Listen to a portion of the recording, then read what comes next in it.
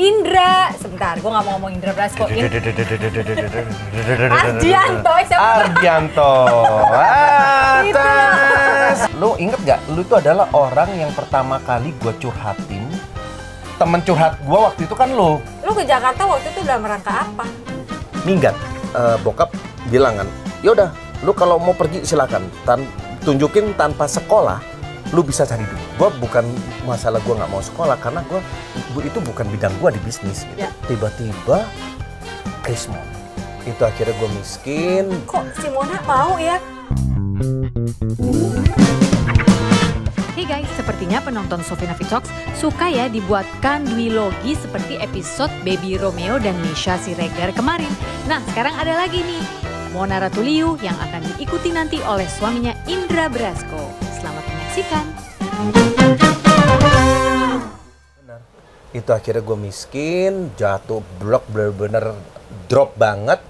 Gue sampai kerja di asuransi gitu ya, yang wah ini gila, gue kerja di asuransi itu jadi kalau gue dapat gaji cuma 500.000 sebulan, tapi harus closing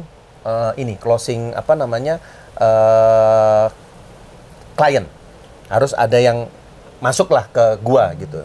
Gue daftarin tuh orang-orang yang gue kenal, salah satu lu juga, lu, Mbak Memes, karena kan gue kenalnya Nugi, Mas Katon, semuanya gue daftarin namanya. Gue wah artis masuk di ini, gue nawarin asuransi sih, ya. Satu pun gak ada yang mau beli.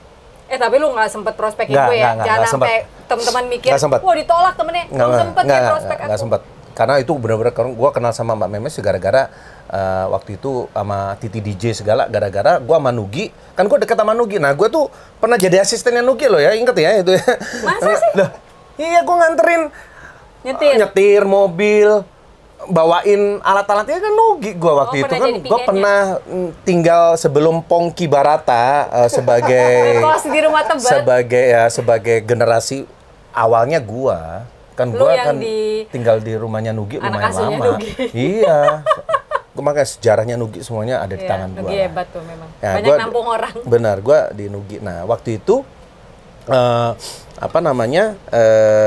karena memang gue survive di gak ada gaji itu, gue akhirnya kerja di asuransi. Nah untuk dapetin 500.000, gue kan waktu itu sebulan gue nggak dapat closingan. Waduh gimana ya ini, padahal kalau Sani closing satu aja langsung keluar tuh 500.000. Akhirnya lu tahu yang gue lakuin apa? Mona gue suruh masuk, ambil asuransi yang paling murah 200.000 cuman. Tapi kan dari 200.000 kan dapat gajinya 500.000 kan keluar. Iya. Gue daftarin lah Mona ke situ. Itu lu udah pacar belum? Udah pacaran, Waktu lu suruh dia nggak merasa dipergunakan? Oh, enggak. Cuma dia kasih tahu masalahnya. Iya, gue biar keluar 500.000 gitu loh. Gue biar keluar 500.000. Ternyata usia asuransi itu harus 18 tahun. Alah, dia belum waktu itu. Akhirnya ya nggak habis akal, supaya gue dapat 500.000, gue sendiri yang masuk, pinjem uangnya Mona 200.000 buat masuk. Boleh waktu itu? Boleh, nggak apa-apa. Kan yang penting closing. Ya. Daftar, keluar 500.000. Itu gue sampai sebenarnya 300 dong. Iya 300, kan 200 ini ya, 300. Sudah alhamdulillah tuh akhirnya keluar 500, bisa hidup. Ya selama gue cuma bertahan sampai 3 bulan kayak gitu. Akhirnya udah nyari kerjaan kemana-mana susah banget. So, pada saat itu benar-benar Krismon udah parah lah. Pokoknya kondisi Jakarta nggak kondusif lah. Akhirnya gue bilang sama Mona sampai 98 gue tadi gue juga cerita sama Pongki, gue pun karena gue ingin survive di kehidupan dan gue tinggal di Jakarta, gue sempat juga ngemis lah ke beberapa produser. Salah satu nih teman gue yang tadinya jadi astradanya di New Pondok Indah. Siapa? Ada namanya Teddy. Gue sama dia minta tolong, boleh nggak lu kan suka ada iklan atau apa, gue mau dong jadi gue ini ya talent kalau butuh talent. Terus suatu saat gue denger dia lagi bikin iklan. Gue masih ingat itu iklan sabun, talentnya itu Inneke waktu itu. Kos Herawati. Dia talentnya. Wah, gue dah. Dia tuh jadi astradanya. Ya. Gue melamar lah ke dia. Terus dia bilang, Dra, ini nggak ada talent cowoknya. Talent cowoknya udah ada lah dari klien. Ada sih figuran. Gak apa-apa deh. Berapa fee-nya? 100.000. Waktu itu 100.000 so-so lah ya. Nggak gede, tapi juga. Ya lumayan lah tahun 98. Ya. 98, 99 lah. So-so lah, bisa lumayan lah hidup lah. Akhirnya gue mau lah jadi untuk jadi figurannya, dapat tuh 100.000. 1.000 tapi kerjanya lu dari pagi ke pagi. Wah, dari pagi ke pagi banget, dapat uangnya juga nggak langsung, baru seminggu gue dapatnya gitu. Sih, ya. Jujur aja, gue tuh ya penolong gue tadi itu sebenarnya kan gue tuh menyelamatkan Mona. Ternyata kebalik pada tahun 9 kan niat gue waktu itu kan sebelum Krismon.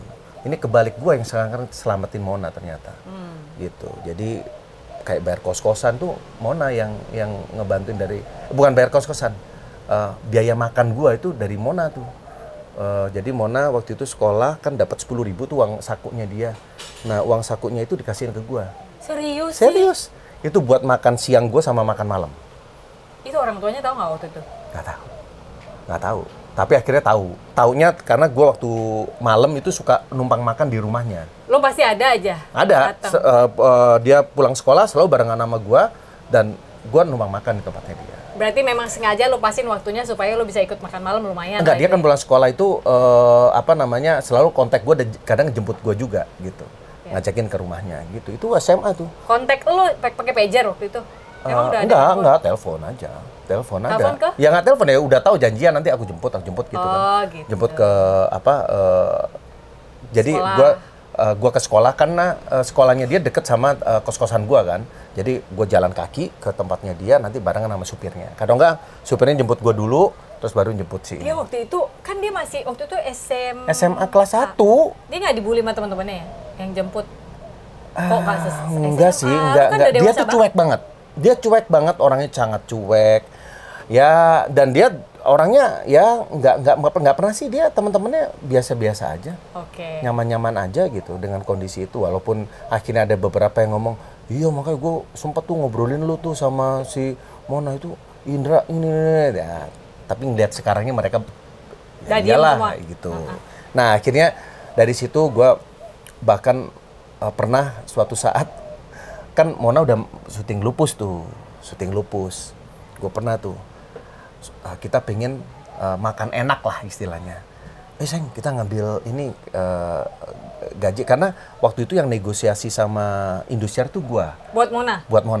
Ini Sempat. si Tante Neng Dedeh tahu nih. Tahu. Nggak apa-apa. Negosiasi. Kan nggak tahu kan si Oma, Mami nggak tahu, nggak urusan itu Mona sendiri. Mona itu selalu dapat harga tuh. Wah, gua kasihan deh ngeliat fee-nya Mona waktu awal-awal ya. Wah, kok cuma segini? Iya, padahal peran utama gitu. Maksudnya perannya cukup banyak. Ngapain kamu gini? Akhirnya waktu di lupus, gue mulai masuk tuh. Udah dari lupus itu, gue kasih tahu Mona. Akhirnya lumayan tuh dapat fee-nya. Nah, kita mau ngambil gajinya nih fee-nya. Kita ke sana dong, ke Indosiar yang di Dan Mogot kan. Nah, karena si mobil kita berdua tuh pernah dirampok. Pakai mobil gue si Malang itu, yang N. Nggak, Malang mobil N itu, gue pernah dirampok kan berdua. Ford ya? Bukan, Mazda 323, tapi memang sama Ford. Itu gue pernah dirampok berdua, diambil semuanya tuh, mulai dari tip, apa semuanya diambil lah, dipecahin kaca mobil gue di dalam sama Mona tuh. Nah, suatu saat gue pergi sama Mona, udah mobil itu nggak bisa AC-nya rusak lah, kropos di mana-mana, gue jemput lah. Dan waktu gue dirampok itu dompet gue hilang, ya STNK sama SIM hilang. Nah otomatis gue nggak berani bawa mobil lewat jalan utama. Akhirnya lewat jalan-jalan tikus lah, lewat belakang Indosiar kan, tahu kan, yang kali itu kan. Suatu saat gue lewat situ, udah rencana mau nonton, habis itu makan, lewatlah si kali yang agak tinggi gitu ya ininya, bang, tang. Knalpot gue lepas. Kena, ya. Oh my God, gue bilang, tang, gue kenceng banget suaranya. Ya. Aduh, udahlah gue ambil knalpot, masuk Indosiar tuh berisik banget. Tang, seberangnya kan parkiran itu, tang, udah parkir, dah selesai. Gimana ya? Ini nggak mungkin juga masuk ke rumah, ke kos-kosan gue, karena kos-kosan gue itu gang kecil yang bisa masuk mobil, tapi pasti akan berisik, orang akan protes. Akhirnya dengan sangat berat hati, kita beli. Habis ngambil fee, kita nggak jadi nonton, kita benerin knalpot. Itu hebatnya Mona itu, mau terima gua dari seperti itu ya, dari yang mobil nggak ada AC-nya waktu itu karena rusak, terus tip gua 2 tahun nggak punya tip mobil. Jadi gua ada setiap nyanyi di dalam mobil tuh kita berdua ketawa-ketawa gitu ya, berdua gitu dengan nyanyi lagu, pecah lagu Sepanjang Jalan Kenangan. Masa sih? Oh, suara 1-2. Iya, berdua gitu. Padahal kita bayangin waktu dipecahin kaca mobil gue itu kan nggak lama itu AC gue rusak kan. AC gue rusak kan, mobil gue kan power window juga. Iya, ingat kan waktu kita syuting itu power window juga. Itu power window-nya nggak bisa. Bayangin, gue dapat angin dari mana dong? Gue jadi kalau jalan tuh kadang-kadang kalau udah panas banget gue buka sedikit pintunya, ngadem, terus ntar gue tutup lagi. Sama yang kan mobil zaman dulu kan anginnya bisa ngambil dari tempat AC itu kan, fan-nya dibuka itu kan, kayak gitu. Itu kita dulu montir banget ya, Bras. Montir nih juga salah satu montir nih dia. Ini kalau mobil rusak justru dia yang tahu gitu. Ya, karena kita mobilnya sama yang tadi gue bilang Mazda, cuma punya gue baruan dikit, tapi penyakit radiator panasnya sama. Radio panas gitu, ya kayak gitu. Gue inget tuh sama Nugi, wah Gi, mobil gue ada power window-nya gitu. Gue seneng banget kan, waktu itu SGS Elite, Mazda SGS Elite tahun 82. Jebul, jebul. Gak karuan, pokoknya itu sejarahnya. Nah, dan bahkan Mona benerin knalpot itu. Jadi banyak banget historinya itu si mobil gitu. Makanya waktu ngerasain kita susah buat kita, ya kita udah ngalamin lah kayak gitu kan waktu gua zaman dulu seperti apa. Jadi ya lumayan lah untuk modal batin kita lah untuk ngelawan kondisi permasalahan finansial sih, insya Allah sih bisa kita atasin gitu. Nah dari situ tahun 2000 waktu itu Mona lagi naik-naiknya Pelangi di Matamu. Nah alhamdulillah tuh udah mulai bagus tuh. Tapi satupun produser nggak ada yang nawarin gua. Karena gua bener-bener nggak tahu, susah ya. Memang cowok paling susah kan daripada cewek. Akhirnya gua ngomong sama Mona, sayang, kayaknya aku udah give up nih. Gua kayaknya harus bisnis nggak mungkin. Gua cari kerjaan udah susah, sinetron udah nggak ada semua. Akhirnya gua memutuskan untuk mau berlayar. Ikut temen gua. Sempet mau berlayar? Tahun 2000 tuh, 99. Gue sempat mau berlayar ke Amerika. Jadi temen kebetulan kerja di kapal. Lu ikut cruise ship? Gue mau ikut dia gitu, karena lagi butuh gitu kan. Gue udah mau daftar, Mona sempat nggak mau gitu. Cobalah kamu cari solusi lah yang lain gitu kan. Siapa tahu ada. Nah, pada saat itu kan gue sama Meisha kan deket, ya kan, kita main bareng sama almarhum mantannya Meisha kan deket juga. Kan syuting bareng tuh, sering barengan, ngobrol. Akhirnya si Rudy inilah awal-awal yang ngajakin gue di bisnis. Gue tadi takut. Dari Rudy yang gue baru tahu sih kisah ini. Dari Rudy Guys, itu ini maksudnya adalah Meisha Najelina Siregar, teman kita juga, istrinya Baby Romeo. Teman-teman kalau familiar sama ceritanya dulu, cerita cinta klasik bunga terakhir gitu ya. Bunga terakhir Baby dan Meisha itu karena Meisha ninggalin Baby kawin sama orang lain. Almarhum ini. Saksinya gua tuh sama Mona kan. Oh gitu. Kita sama saksi hidupnya mereka lah istilahnya gitu. Oke. Jadi si Rudy yang justru ngenalin lo pertama kali pada bisnis. Karena memang dia bisnis. Bisnis dia kan di Bandung kan. Iya. Terus bisnisnya IO. Dulu kan gua sempat jadi ini apa namanya side job, bukan side job, freelance di, inget gak? Charma. Charma. Siapa bukan Charma, siapa namanya, Nasta. Nah, gue kerja sama dia Pop Media, gue jadi freelance di situ. Oh gitu. Nah, gue ketemu Charma di situ. Charma kan jadi road manajernya si Nugi kan. Iya. Hai Charma. Siapa tahu dia nonton. Iya. Nah, Charma, gue belajar jadi manajemen artis dari si Charma. Dulu Mas Jem tuh Jakarta Artis Manajemen.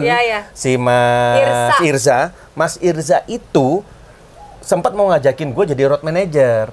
Gue sempat mau. Dan lu punya bakat itu. Iya. Lu bisa ngurus orang. Lu bisa komunikasi. Gue sempat waktu itu sama klien. Mas, lu nggak butuh orang apa road manager? Oh iya, ntar deh gue lihat dulu ya gitu. Gue masih banyak tuh Mas Irza itu yang ngasih kesempatan gue untuk belajar lah. Gue tapi belajarnya waktu itu sama Charma mengenai ini. Gue waktu itu jadi bagian talent untuk event-event gitu kan. Pop Media itu kan punyanya si Nasta itu kan IO kan.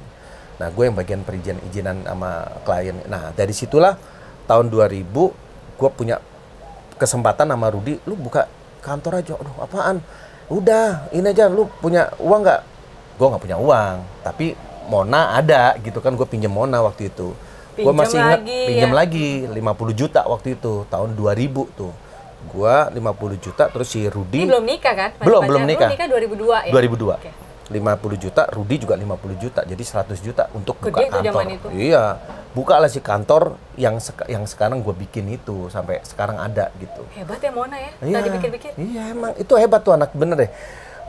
Ngelihat gua yang ya gue sih nyadarin lah dulu kan Mami sempat ragu lah sama gua. Kakaknya, keluarganya cukup ragu, ya iyalah.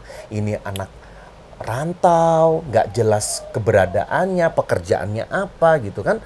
Masih kos, makan numpang mulu gitu kan. Pastilah worry gitu kan. Makanya dari situlah gua punya keinginan untuk memperbaiki hidup lah. Okay. Karena Mona, waduh Mona tuh udahlah hebat lah tuh anak. Gua juga sampai nggak habis pikir gitu pada saat itu karirnya dia lagi bagus. Kok dia bertahan sama Kok mau bertahan sama gue itu sampai orang-orang bilang, nah itulah kekuatan dukun gue. Dukun Arema. Dukun Malang. Guys, bercanda ya guys. Ternyata ya. Dukun Malangnya apa coba? Doa nyokap gue. Nah, cerita itu saben hari nyokap tuh puasa, terus doa. Waktu itu sering ulang-ulang. Jadi katanya yang diingat itu cuma Indra mulu. Jadi doanya Indra mulu yang didoain gitu. Dari tahun 2000 gue mulai tuh bisnis. Jadi kamu pas nikah itu tahun 2000. Uang IO hasil kamu? Uang IO. Oh, jadi IO. Akhirnya sama Mona kan syuting juga. 3 bulan kita mau merit, rumah bokap disita. Yakin gitu bahwa ya tujuan gue baik, gue menikah, gue pengen mengangkat derajat gue sebagai manusia, Mona sebagai manusia, juga keluarga. Gue tuh pemimpi soalnya. Mona itu nggak pernah ngeluh dalam hidup.